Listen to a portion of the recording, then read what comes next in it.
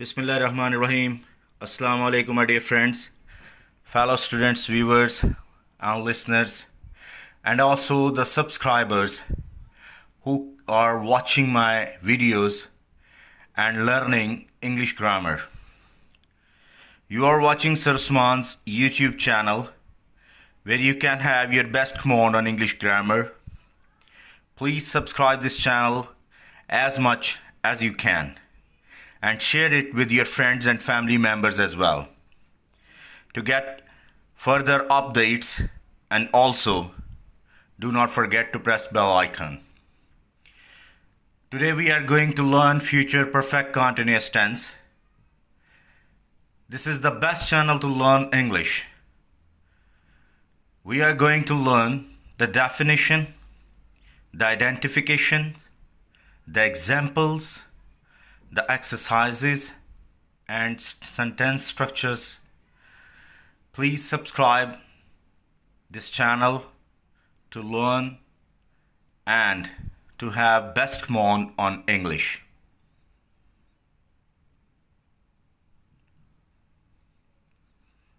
Today we are going to learn the future perfect continuous tense. So its definition is: the future perfect continuous, also sometimes called the future perfect progressive tense.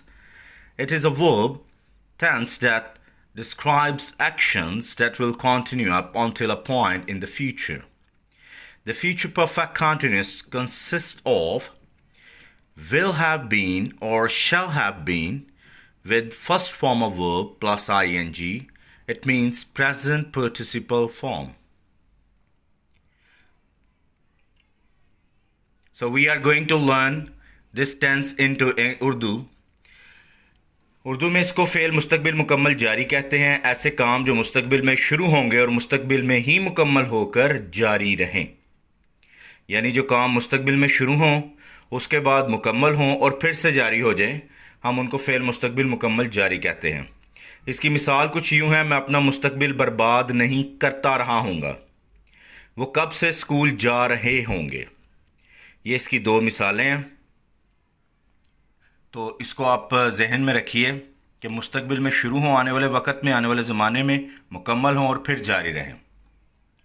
इसकी दो पहचानें हैं, जैसे हमने पिछले perfect continuous past और present के किए हैं, इसमें भी उसी तरह दो पहचानें हैं। पहली पहचान है जी मुद्दत के बगैर। ऐसे उर्दू जुमलों के आखिर में ता रहा होगा, ती रही होगी, ते रहे होंगे के लफ्ज़ आएँ। मुद्दत यानी सुबह से, कल से, शाम से, 2 बजे से, 10 तारीख से, इसको मुद्दत कहते हैं। तो अगर मुद्दत आएगा तो फिर ये पहचान नहीं होगी। अगर मुद्दत नहीं होगी तो फिर ता रहा होगा, ती रही होगी, ते रहे होंगी वाली पहचान आएगी। मिसाल है जी, हम क्रिकेट खेलते रहे होंगे, क्या तुम स्कूल जाते रहे होगे। इन दोनों जुमलों में ते रहे होगे का लफ्ज़ आया और मुद्दत नहीं है। उर्दू में इसकी दूसरी पहचान मुद्दत के साथ है, यानी ऐसे उर्दू जुमले जिनके आखिर में रहा होगा, रही होगी, रहे होंगे आए, लेकिन इनके अंदर मुद्दत भी हो, तो फिर ये फ्यूचर परफेक्ट कंटिन्यूअस टेंस की पहचान होगी। वो कल से स्कूल जा रहा होगा, इसमें रहा होगा, रही होगी, रहे होंगे तो एंड पे आया, लेकिन दरमियान में मुद्दत भी है कल से। तुम सुबह से क्यों शोर कर रहे होगे, इसमें भी रहा होगा, रही होगी, रहे होंगे आया एंड पे, लेकिन दरमियान में सुबह से मुद्दत का लफ्ज़ भी है। लिहाजा इसकी दो पहचानें हैं, दोनों को याद रखना ज़रूरी है। सेंटेंस स्ट्रक्चर में सबसे पहले पॉजिटिव सेंटेंसेस की बात करते हैं, जिसको हम मस्बत जुमले उर्दू में कहते हैं। सब्जेक्ट अगर आई यानी मैं, वी, हम, यू, तुम, ही, वो, शी, वो, इट, ये या वो, दे, वो ज़्यादा लोग, या कोई भी सिंगुलर या प्लूरल नेमिंग नाउन हो, यानी सिंगुलर नाउन एक नाम, प्लूरल नाउन दो नाम, इसके साथ विल हैव बीन या शैल हैव बीन का इस्तेमाल होगा हेल्पिंग वर्ब के तौर पे। First form of verb plus ING यानी प्रेजेंट पार्टिसिपल वाली फॉर्म लगेगी, उसके फौरन बाद ऑब्जेक्ट, फिर सिंस या फॉर, फिर टाइम। सो आई वी के साथ शैल हैव बीन और बाकी सारे सब्जेक्ट्स के साथ विल हैव बीन का इस्तेमाल होगा। एग्जाम्पल्स हैं जी। पहली, they will have been solving questions for 1 hour. वो 1 घंटे से सवालात हल कर रहे होंगे। अगर इधर फॉर 1 आवर काट दें, ख़त्म कर दें, तो ये होगा they will have been solving questions. तो ये होगा वो सवालात हल करते रहे होंगे। She will have been saying her lesson, वो अपना सबक सुनाती रही होगी। अगर इधर मुद्दत ऐड कर दें, she will have been saying her lesson for 10 minutes, तो इस तरह होगा वो अपना सबक 10 मिनट से सुना रही होगी। ये फ़र्क है इसमें मुद्दत का होना और मुद्दत का ना होना। तो उर्दू उस तरीके से ही करेंगे।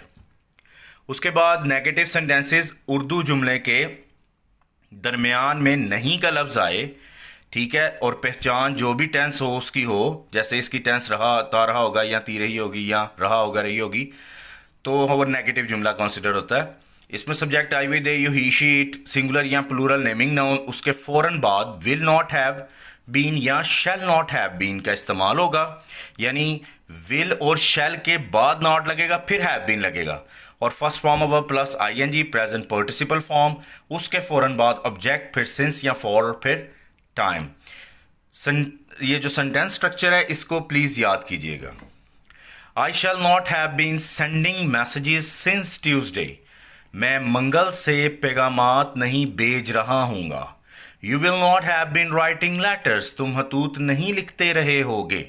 अगर हम इसको करें you will not have been writing letters since Monday, तो फिर ये होगा तुम सोमवार से खतूत नहीं लिख रहे होगे। क्योंकि इसके अंदर मुद्दत नहीं आई, तो दूसरी पहचान जो पहली पहचान मुद्दत के बगैर वाली है उसमें होगा ता रहा होगा, ती रही होगी, ते रहे होंगे, और मुद्दत के साथ रहा होगा, रही होगी, रहे होंगे। इसके बाद इंटेरोगेटिव सेंटेंसेस हैं, सवालिया जुमले। इनमें कई दफ़ा इस पर बात हुई है कि क्या का लफ्ज़ आएगा और आखिर में सवालिया निशान आएगा। ऐसे जुमलों को हम सवालिया जुमले या इंटेरोगेटिव सेंटेंसेस कहते हैं। इनमें आम तौर पर सब्जेक्ट से पहले हेल्पिंग वर्ब आते हैं। अब इसमें सब्जेक्ट से पहले विल या शैल आएगा, उसके बाद सब्जेक्ट, जितने भी सब्जेक्ट्स हैं, हैव बीन, उसके बाद first form of verb plus ING यानी प्रेजेंट पार्टिसिपल फॉर्म, उसके बाद ऑब्जेक्ट, फिर सिंस या फॉर, फिर टाइम और एंड पे क्वेश्चन मार्क। सिंस और फॉर उसमें आएगा अगर मुद्दत के साथ है, मुद्दत के बगैर तो नहीं आएगा। Examples, shall we have been living in this town since January, क्या हम इस इलाके में जनवरी से रह रहे होंगे। Will you have been solving the questions, क्या तुम सवालात हल करते रहे होगे। अगर मैं इसको इस तरह लिखूं उर्दू को, क्या तुम सवालात हल कर रहे होगे, तो फिर ये टेंस के मुताबिक मैंने इसकी ट्रांसलेशन इन उर्दू नहीं की, वो गलत होगा। तो टेंस के मुताबिक क्या होगी, क्या तुम सवालात हल करते रहे होगे, क्योंकि इसमें मुद्दत नहीं है। और will have been, shall have been, first form ING हमें बता रहा है कि ये फ्यूचर परफेक्ट कंटीन्यूअस से ताल्लुक रखता है जुमला। डबल इंटेरोगेटिव सेंटेंसेस ऐसे जुमलों को कहते हैं जिनके दरमियान में क्यों, कब, कैसे, कहाँ, कौन वगैरह के अल्फाज आए। मिसाल इसकी पहली ये है, डॉक्टर मरीज का ऑपरेशन कब से कर रहा होगा, तो ये मुद्दत के साथ है, कब से, मुद्दत का लफ्ज है, सिंस व्हेन इसकी इंग्लिश है। वो क्यों झूठ बोलता रहा होगा, अब इसमें मुद्दत नहीं है, तो पहली पहचान जो थी ता रहा होगा, ती रही होगी, ते रहे होंगे में इसकी उर्दू लिखी हुई है।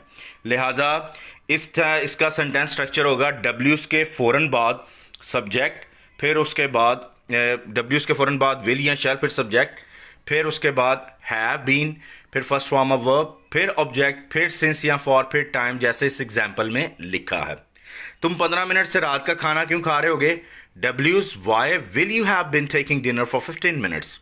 इसका मतलब है डब्ल्यूज, फिर विल या शैल, फिर सब्जेक्ट, फिर हैव बीन, फिर first form of verb plus ING, फिर ऑब्जेक्ट, फिर सिंस या फॉर, फिर टाइम और एंड पे question mark.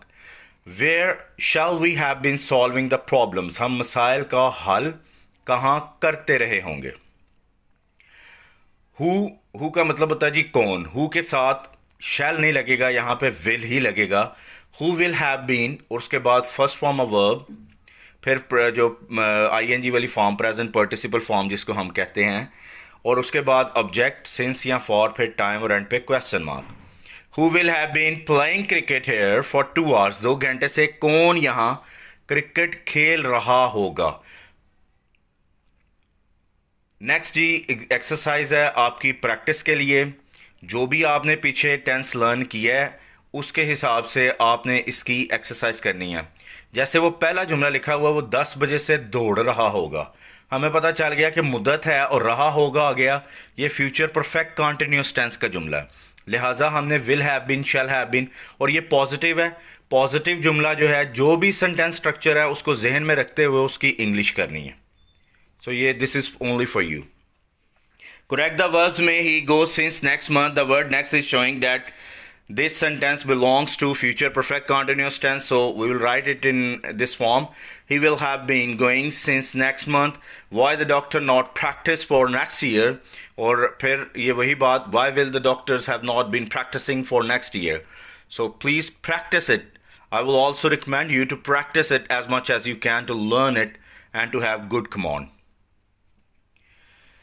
Thank you very much. Today we have done our all 12 tenses in activized form. Now we are going to start the passivized tenses, you know. Passivized की videos भी इंशाल्लाह जल्दी ही upload कर दी जाएंगी।